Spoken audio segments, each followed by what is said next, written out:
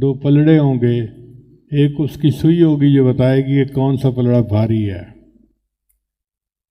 اور بعض نے فرمایا کہ مختلف اعمال کی وجہ سے کھرب ہا کھرب لوگ ہیں اور ان کے اعمال بھی کھرب ہا کھرب ہیں، اتنے بڑے اعمال کو تولنے کی وجہ سے اس کو جمع کا صیغہ استعمال کیا گیا ہے۔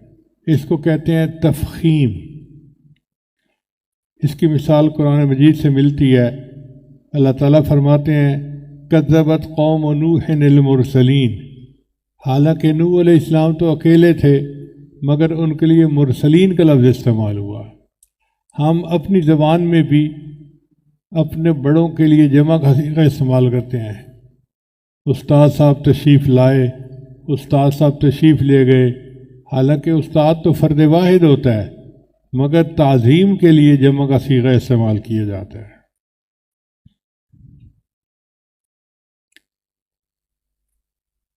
اب قیامت کے دن اعمال نامے کو تولا جائے گا، اعمال کو تولا جائے گا یا صاحب عمل کو تولا جائے گا؟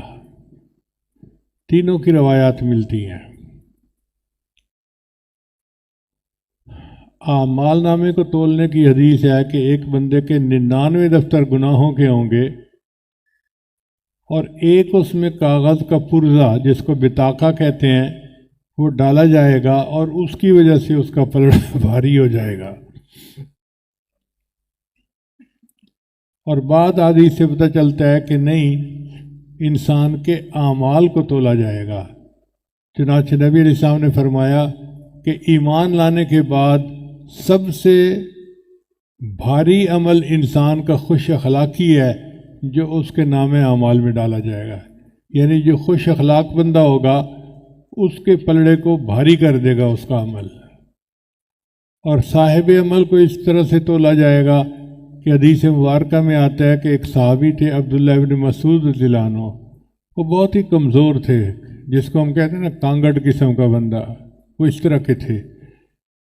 جب وہ چلتے تھے تو ان کی پنڈلیوں سے کئی دفعہ چادر ہٹتی تو صحابہ ان کو دیکھ کر ہنستے تھے۔ تو ایک مرتبہ نبی علیہ السلام نے فرمایا کہ عبداللہ ابن مسعود کی پنڈلی قیامت کے دن احد پہاڑ سے بھی زیادہ بھاری ہوگی۔ اب اس میں تطبیق کیا ہے؟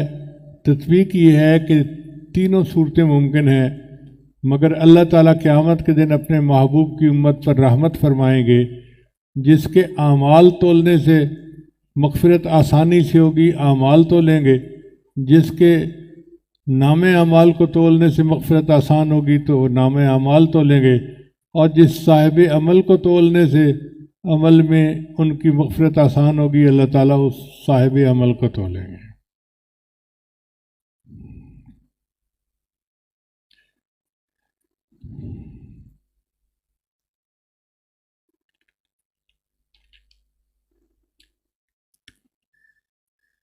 اسلام کے ابتدائی دور میں ایک فرقہ گزرا ہے جس کو معتزلہ کہتے ہیں، یعنی جو سیدھے راستے سے ہٹ گئے، اعتزال تھا ان کے اندر۔ وہ اس کا انکار کرتے تھے کہ اعمال کا وزن نہیں ہو سکتا، حالانکہ ہم آج دنیا میں دیکھتے ہیں کہ کئی چیزیں جن کا پہلے وزن نہیں ہوتا تھا آج ان کا وزن ہوتا ہے۔ مثال کے طور پر پہلے بلڈ پریشر کو نہیں ناپ سکتے تھے، آج ایسے آلات بن گئے جو بلڈ پریشر کو ناپتے ہیں۔ پہلے ہیومیڈیٹی کو نہیں ناپتے تھے، آج ایسے آلات بن گئے جو ناپتے ہیں۔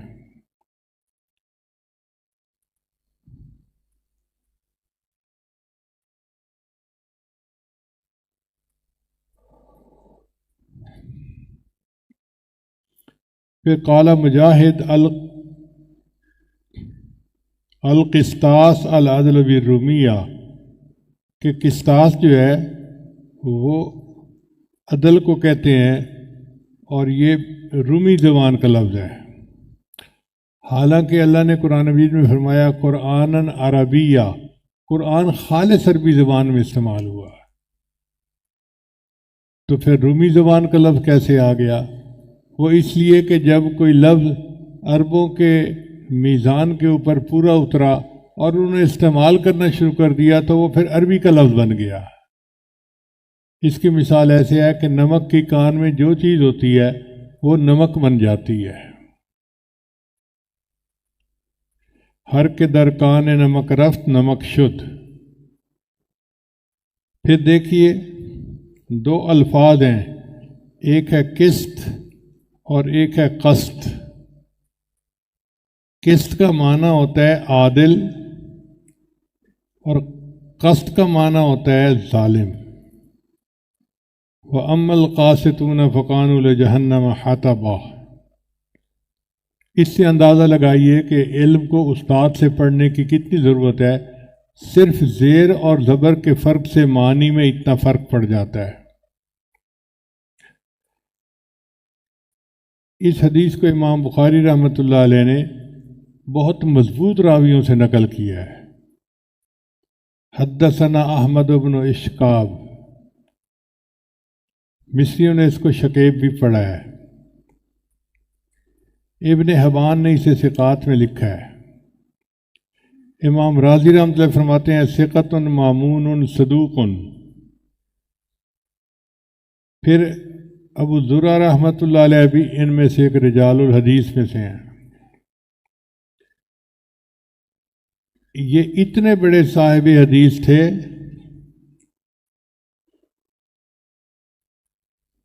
کہ لاکھوں حدیث کے حافظ تھے۔ ان کے دو واقعات بڑے عجیب ہیں۔ ان کا ایک شاگرد تھا جو ان سے حدیث مبارکہ پڑھتا تھا، اس کی شادی ہوئی تو میاں بیوی کی چاہت ہوتی ہے کہ ابتدائی دنوں میں جتنا وقت ہم اکٹھا گزار سکیں وہ گزاریں۔ چنانچہ بچہ تو چلا جاتا حدیث پڑھنے اور بیوی گھر میں انتظار میں رہتی کہ کب آئے گا، ہم مل کے کھانا کھائیں گے، بات کریں گے۔ ایک دفعہ اس بچے کو آنے میں دیر ہو گئی تو بیوی غصے میں تھی۔ اب ایک تو عورتوں کا عقل ناقص ہوتا ہے، ناقصات العقل نبی علیہ السلام نے فرمایا، اور اوپر سے جب غصے میں آ جائے تو لگتا ہے کہ وہ عقل بھی رخصت ہو جاتی ہے۔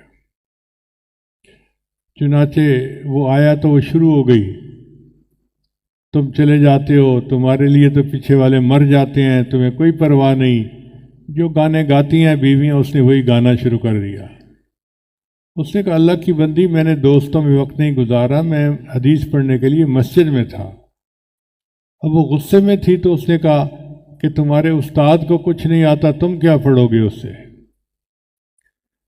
یہ بچہ بھی نوجوان تھا، گرم خون تھا، اس نے جواب میں کہہ دیا اگر میرے استاد کو 1,00,000 حدیثیں یاد نہ ہوں تو میری طرف سے تجھے طلاق۔ اب رات تو گزر گئی، جب صبح دونوں کے دماغ ٹھنڈے ہوئے تو بیوی نے پوچھا کہ بتائیں کیا طلاق واقع ہوئی یا نہیں ہوئی؟ اس نے کہا کہ میں اپنے استاد سے پوچھ کے بتاؤں گا، چونکہ مشروط طلاق تھی، اگر حدیثیں یاد نہ ہوں 1,00,000 تو طلاق۔ چنانچہ وہ بچہ ابو زرع رحمۃ اللہ کے پاس آیا اور آ کر کہنے لگا کہ حضرت میں یہ سیاہ کارنامہ کر کے آ گیا ہوں۔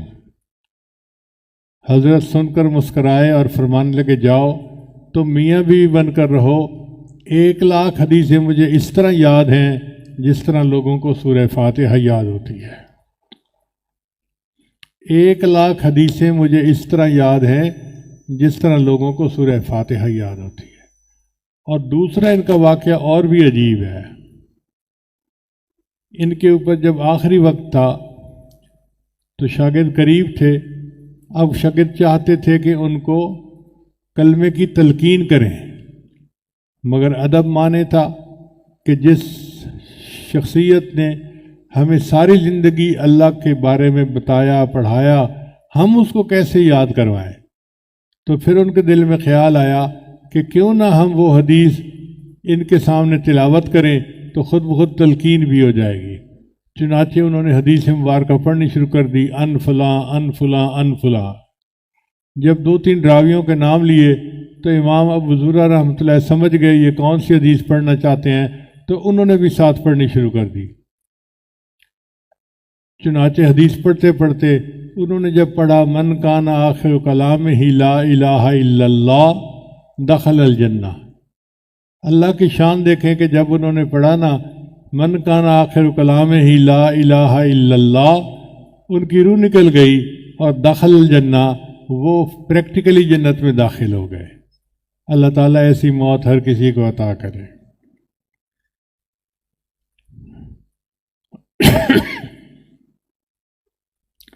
اس حدیث کو امام بخاری رحمۃ اللہ نے ابو ہریرہ رضی اللہ عنہ سے نقل کیا ہے، اور آپ جانتے ہیں کہ ابو ہریرہ رضی اللہ عنہ سب سے زیادہ حدیث کی روایت کرنے والے صحابی ہیں۔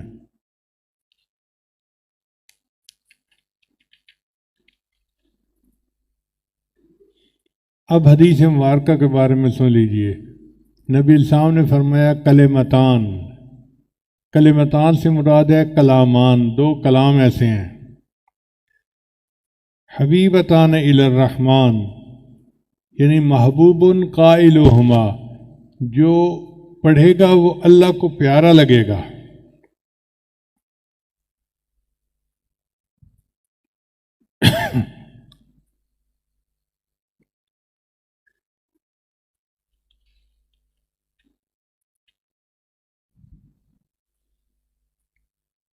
خفیفتان علی اللسان،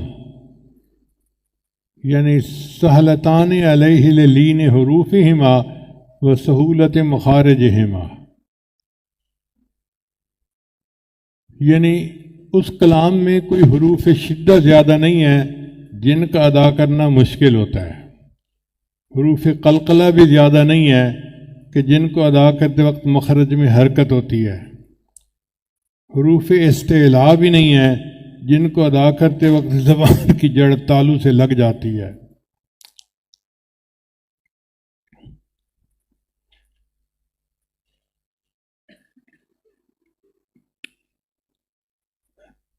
اب یہ نبی علیہ الصلوۃ والسلام کے کلام کی حکمت دیکھیے کہ اگر آپ صلی اللہ علیہ وسلم پہلے کلام بتا دیتے کہ لوگوں یہ کلام پڑھو تو لوگوں کے دل میں ایک شوق پیدا نہ ہوتا۔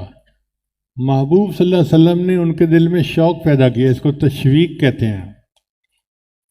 اب کسی بندے کو بھی بتائیں کہ دو کلام ایسے ہیں اللہ کو بڑے پیارے ہیں، زبان سے ادا کرنا ان کا بڑا آسان ہے، میزان میں وہ بڑے بھاری ہوں گے، تو بندہ کہتا ہے حضرت بتائیں ہم پڑھنا چاہتے ہیں۔ تو نبی علیہ السلام نے فرمایا کہ وہ کون سا کلام ہے؟ سبحان اللہ و بحمدہ سبحان اللہ العظیم۔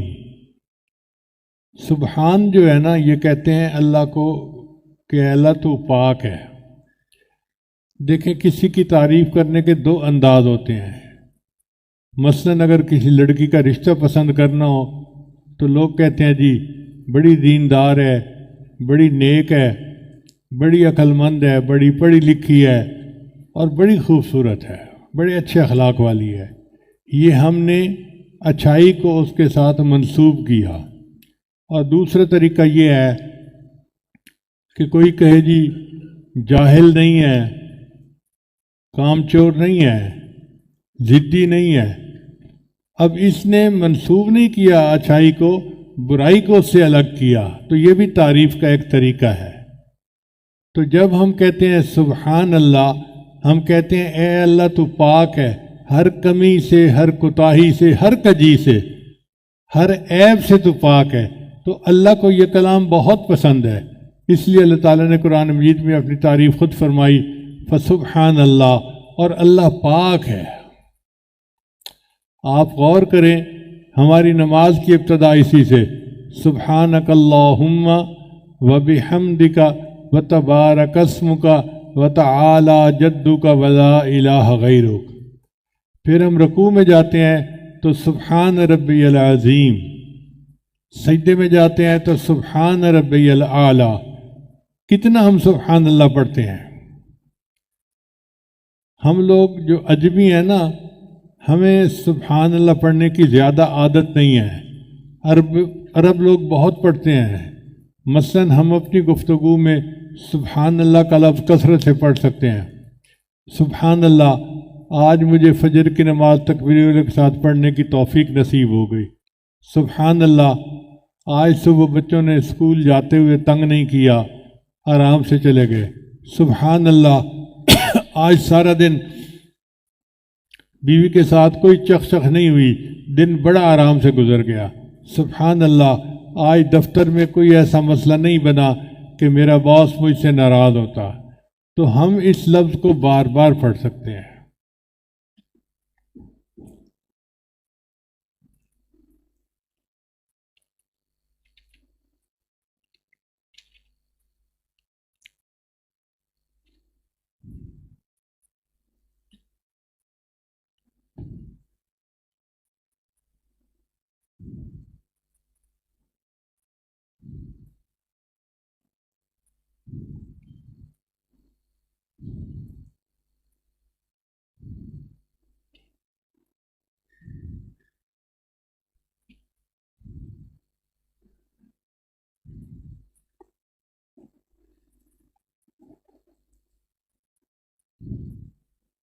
جب بچہ پیدا ہوتا ہے تو اس کے کان میں اللہ کا لفظ ڈالا جاتا ہے،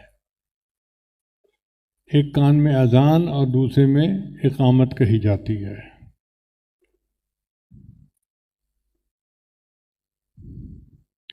اذان کی ابتدا اللہ کے لفظ سے اور نماز کی ابتدا بھی اللہ کے لفظ سے۔ اذان شروع ہوتی ہے اللہ اکبر، اور اذان ختم ہوتی ہے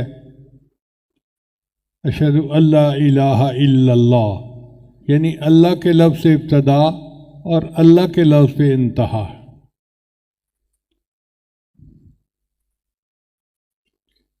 اس لیے حدیث پاک میں آتا ہے کہ کوئی بچہ اگر سب سے پہلے اللہ کا لفظ بولے تو اللہ تعالیٰ اس کے ماں باپ کے پچھلی زندگی کے سب گناہوں کو معاف فرما دیتے ہیں۔ اب آپ اندازہ لگائیے کہ اللہ کو کتنی خوشی ہوتی ہے بچے کی زبان پہ اللہ کا لفظ آ جائے۔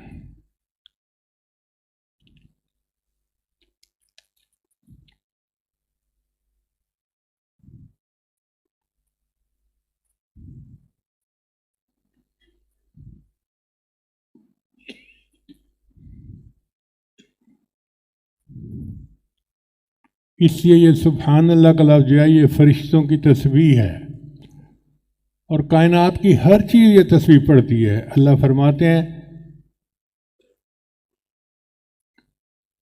وَإِن مِّن شَيْءٍ إِلَّا يُسَبِّحُ بِحَمْدِهِ وَلَٰكِن لَّا تَفْقَهُونَ تَسْبِيحَهُمْ، ہر چیز اللہ کی تسبیح بیان کرتی ہے، تم ان کی تسبیح کو سمجھ نہیں پاتے۔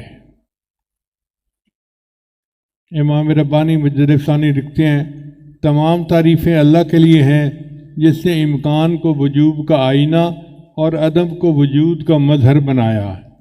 وجوب اور وجود اگرچہ حق سبحانہ کی صفات میں سے ہیں، لیکن حق سبحانہ و تعالیٰ ان سے بلند ہے، بلکہ وہ اسماء و صفات سے، شیون و اعتبارات سے، ظہور اور بطون سے، بروز اور مکون سے، تجلیات و ظہورات سے، موصول اور مفصول سے، مشاہدات اور مکاشفات سے، محسوسات و معقولات سے، موہومات اور متخیلات سے بھی بلند ہے،